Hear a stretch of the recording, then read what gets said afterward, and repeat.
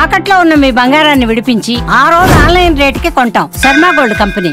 నమస్కారం, సుమన్ టీవీకి స్వాగతం. 2025 జనవరి మాసం ద్వాదశ రాశుల వారికి ఎలా ఉండబోతుంది, నవగ్రహాల సంచారం వీరికి ఎలా ఉంది, ఎటువంటి ఫలితాలను ఇస్తున్నాయి, ఈ విషయాలను తెలియజేసేందుకు మనతో పాటు ఉన్నారు ప్రముఖ జ్యోతిష్యరత్న జ్యోతిష్య చక్ర వైభవ నిపుణ డాక్టర్ రాళ్లపల్లి రవికుమార్ గారు.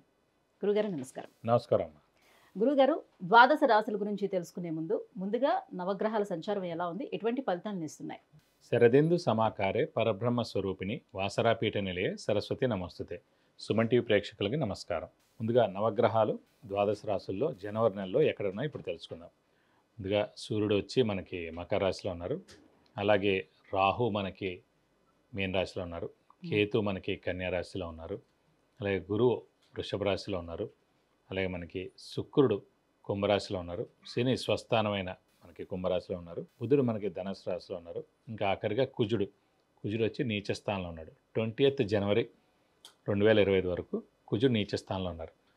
ఈ కుజుడు నీచ స్థానం మూలాన్ని కర్కాటక రాశి వారికి, సింహరాశి వారికి, మీన రాశి వారికి, ఈ మూడు రాశులకి యోగకారకుడు కుజుడు అయ్యాడు కాబట్టి, అలాంటి కుజుడు నీచలో ఉన్నాడు కాబట్టి 21/1/2025 వరకు డబ్బు ఖర్చు కానీ, హెల్త్ ప్రాబ్లం కానీ, మాట పట్టం కానీ జరిగేందుకు అవకాశాలు ఉన్నాయి. చిన్న యాక్సిడెంట్ కూడా జరిగేందుకు అవకాశం ఉన్నాయి. కాబట్టి కొంచెం జాగ్రత్త వహిస్తే సరిపోతుంది. సో 21/1/2025 తోటి కుజుడు కూడా నీచత్వం వెళ్ళిపోతుంది కాబట్టి ప్రపంచం అంతా కూడా ఈ కెలామిటీస్, న్యాచురల్ కెలామిటీస్ ఇలాంటివన్నీ కూడా తగ్గుతాయని ఖచ్చితంగా మనం చెప్పుకోవచ్చు. గురుగారు, మరి సింహరాశి వారికి ఈ జనవరి మాసం ఏ గ్రహాలు అనుకూలంగా ఉన్నాయి, ఏ గ్రహాలు ప్రతికూలంగా ఉన్నాయి, ఎలాంటి ఫలితాలను ఇస్తున్నారు? తప్పకుండా సింహరాశి అనగానే మనకి మఖ 1, 2, 3, 4 పాదాలు, పుబ్బ 1, 2, 3, 4 పాదాలు, ఉత్తర 1వ పాదం, ఈ నక్షత్రాల సమూహం అంతా మనకి సింహరాశిలోకి వస్తుంది. ఈ నక్షత్రం వారికి ప్రస్తుతం గురుబలం ఒకటే తప్ప మిగతా బలాలు ఎక్కువగా లేవు. ఎందుకంటే ఫస్ట్ ఆఫ్ ఆల్ సప్తమ స్థానంలో శని ఉన్నాడు.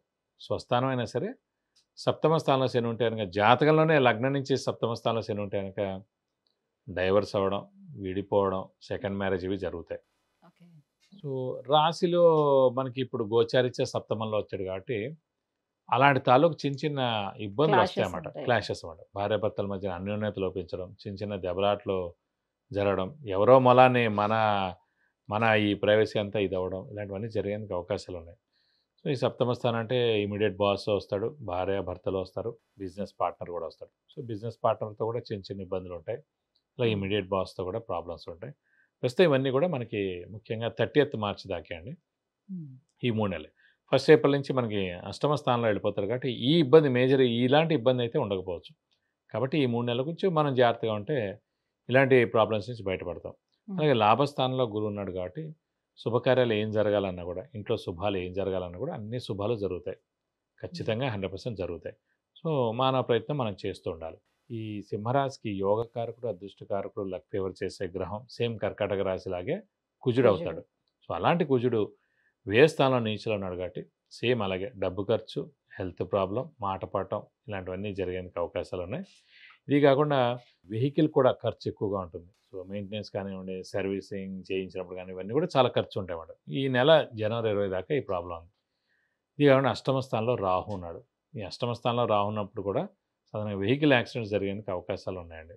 సో ఆల్రెడీ యోగకారకుడైన కుజుడు నీచలో ఉన్నందుకు యాక్సిడెంట్స్ జరిగేందుకు అవకాశం ఉంది. ఇక్కడ అష్టమ స్థానంలో కూడా రాహు ఉన్నాడు కాబట్టి ఈ యాక్సిడెంట్ జరిగేందుకు అవకాశం ఉంది. సో మనకి ముఖ్యంగా జనవరి 20 తారీఖు దాకా వెహికల్ డ్రైవింగ్ చాలా జాగ్రత్తగా చేయాలని చెప్పాలండి. సో కాబట్టి వెహికల్ డ్రైవింగ్ జాగ్రత్తగా చేస్తే ఇలాంటి వాటి నుంచి బయటపడిపోవచ్చు. ఒకసారి 20th మనకి జనవరి వస్తే మెయిన్గా ఈ వెహికల్ ప్రాబ్లమ్స్ తీరిపోతాయి. అలాగే అష్టమ రాహు కూడా 18th మేకి జరిగిపోతాడు. అప్పుడు కుంభంలోకి వచ్చేస్తాడు. సో ఇంత ఇబ్బంది ఉండదు అన్నమాట. ఏదైనా సరే ఈ 2-3 నెలలకు జాగ్రత్తగా వెహికల్ డ్రైవింగ్ చేస్తే సరిపోతుంది. షష్టమంలో ఉన్నటువంటి రవి, షష్టమ స్థానంలో రవి ఉండడం ఏంటంటే ముఖ్యంగా రాశ్యాధిపతి రవి 6వ స్థానంలో ఉన్నాడు కాబట్టి 6, 8, 12 ఎప్పుడు మనం చెప్పుకుంటాం దుస్థానాలని. సో 6th హౌస్ అంటే డెట్స్, మిజరీస్, ఎనిమీస్. కాబట్టి బాగా కష్టపడితే కానీ పనులు జరగవు. అలాగే కొంచెం అప్పులు ఎక్కువ అవుతాయి, శత్రువులు ఎక్కువ అవుతారు, అనవసరమైన ఆలోచనలు అవన్నీ కూడా ఎక్కువగా అవుతాయని చెప్పుకోవాలి. అంటే మొత్తానికి చూసుకుంటే గురువు తప్పితే ప్రస్తుతానికి ఈ మాసంలో వీళ్ళకి ఏ గ్రహాలు పెద్దగా అనుకూలిస్తున్నట్టుగా కనిపించటం లేదు. ఉన్నాడు కాబట్టి మరి వివాహపరంగా ప్రయత్నాలు ఏమైనా చేసుకోదలుచుకుంటే మెయిన్గా దశమ స్థానంలో మనకి గురువు ఉన్నాడు కాబట్టి ఖచ్చితంగా వివాహం అయ్యేందుకు అవకాశాలు ఎక్కువగా ఉన్నాయి. సో ఖచ్చితంగా మీరు గట్టిగా మానవ ప్రయత్నం చేయండి, హార్డ్ వర్క్ చేయండి, స్మార్ట్ వర్క్ చేయండి. సో తప్పకుండా మీరు టైం వేస్ట్ చేయకండి. టైం వేస్ట్ అయిపోతే మనకి కష్టం. సో ఆల్రెడీ ఇప్పుడు ఎవరైనా సరే వివాహం అంటేనే 30 ఇయర్స్ అబోవ్ అయితేనే పెళ్ళిళ్ళు అవుతున్నాయి, అబ్బాయిల విషయంలో అయితేనే. సో ఇంకా అలా డిలే అయ్యే కొద్దీ కష్టం అనమాట. కాబట్టి మీరు మానవ ప్రయత్నం చేయండి, తప్పకుండా మీ లోపల వివాహానికి అవకాశాలు 100% ఉన్నాయి. మరి గురువు బానే ఉన్నాడు కాబట్టి గృహయోగం కూడా ఉంటుందా? ఆ ప్రయత్నాలు కూడా చేసుకుంటే ఫలించే అవకాశం ఉంటుందా? గృహయోగం అంటే మళ్ళీ ఇండివిజువల్ జాతకం చూడాలండి. ఉమ్. సో సాధారణంగా ఇండివిజువల్ జాతకం చూస్తేనే మనకు తెలుస్తుంది. కానీ గురుబలం బాగుంది కాబట్టి ఇప్పుడు మానవ ప్రయత్నం మనం చేస్తే కనుక దైవబలం తోడవుతుంది కాబట్టి ఇల్లు లేదంటే స్థలం కొనేందుకు అవకాశాలు ఎక్కువగానే ఉన్నాయని సో చెప్పుకోవాలి. మొత్తానికి కుజుడు అలాగే రాహువు అవునండి. ఇబ్బందిని కలిగిస్తున్నారు కాబట్టి వాహనాలు నడిపేటప్పుడు జాగ్రత్తగా ఉండమని చాలా చెప్తున్నారు. జాగ్రత్తగా ఉండాలండి.